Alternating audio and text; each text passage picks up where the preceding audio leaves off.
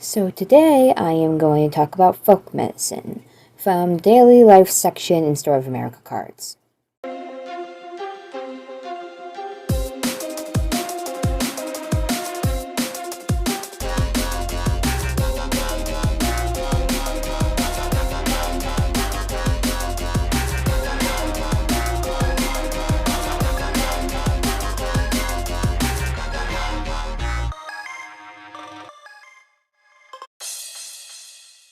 Traditional medicine, also known as indigenous medicine or folk medicine, compiles medical aspects of traditional knowledge that developed over generations within the folk beliefs of various societies, including indigenous people, before the era of modern medicine.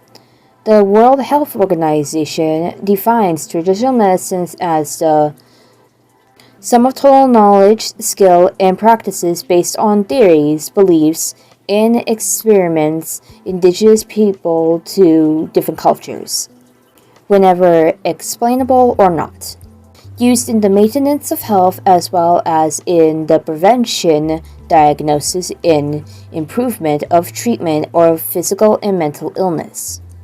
Traditional medicine is often considered a scientific medicine. In some Asian and African countries, up to 80% of the population relies on traditional medicine for their primary health care needs. When adopted outside its traditional culture, traditional medicine is often considered a form of alternative medicine. The intricate gardens of herbs that grew behind many colonial homes were a kind of living pharmacy. They were well stocked with plants known to settle stomachs, cure coughs and colds, and treat consumption. The various salves and syrups were produced in the stillroom that adjoined most early kitchens, usually by the mother of the family or by the home other specifically trained woman. Anne Hutchinson's great skill was with herbal medicine had brought about her initial influence in the New England area as a religious dissenter, and John Wesley, the founder of Methodism, had convinced the settlers that God has provided a plant to cure any ailment.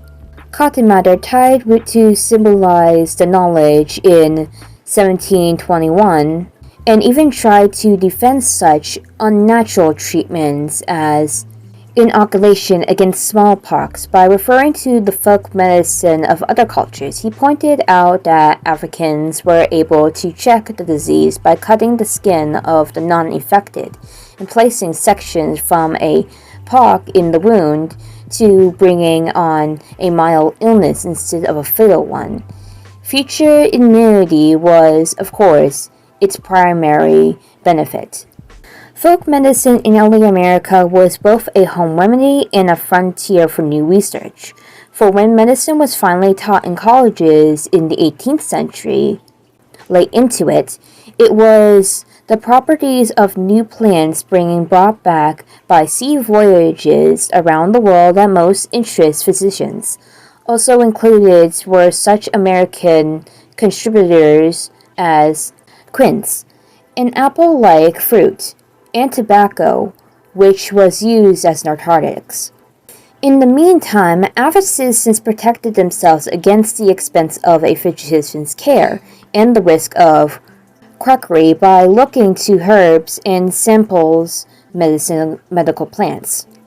The Shakers, whose religion forbade the use of doctors from the outside world, developed these skills further by learning the special properties of American plants from the Indians.